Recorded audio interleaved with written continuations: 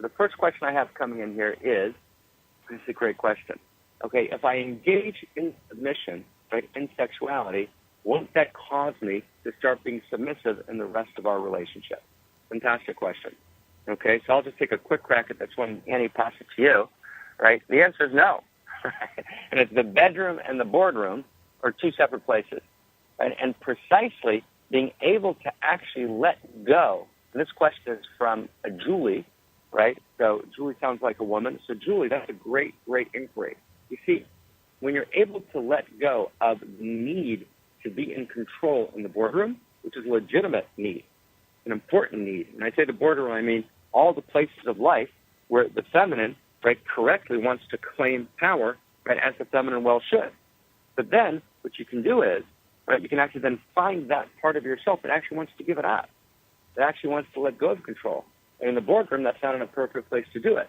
But at least as one powerful flavor in the bedroom, you can actually let yourself be ravished, right? In other words, not raped, but ravished, right? Let yourself be loved open. Let yourself be fucked open, right? Submit, right to the larger context, right? And submit, right, to the personal love, right, of your partner. And that submission will fill you, right, in a way that almost nothing else can. And in no way should that at all, right, spill over into the boardroom. Boardroom's a different world. Actually, by playing it out in the bedroom, then you actually liberate yourself to be fully powerful in the boardroom. Annie, anything on that, sister? Yeah, that's great, Mark.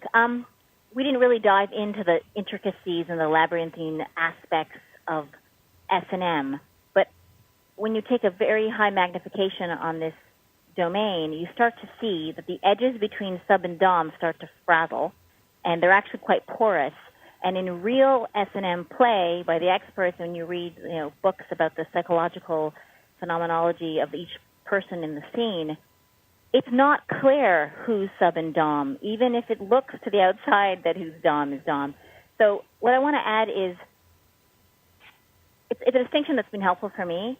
Surrender is not submission, okay? And sometimes we have an issue with submission, and the word gives us the creep, used to be for me for a while. When I realized that surrender is what it feels like when you're on your skis at the top of a mountain coming down and you lean forward like they tell you to because that gives you more control over the skis, you're surrendering to gravity and to the angle of the mountain.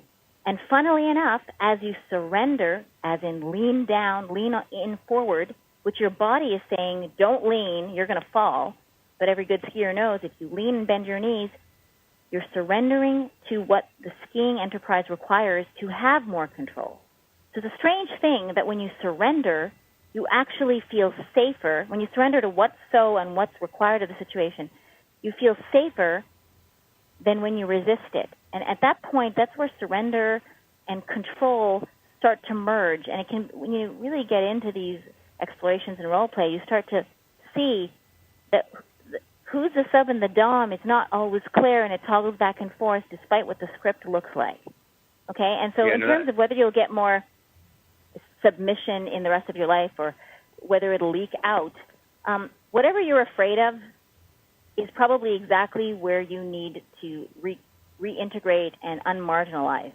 Because the fact that you've been afraid of it means that there's some part of it that offers healing and an expansion of the spectrum of what you're capable of. So I would invite it into the range of all the possibilities that you can occupy. If you've got domination nailed in the rest of your life, work on the other one during sex.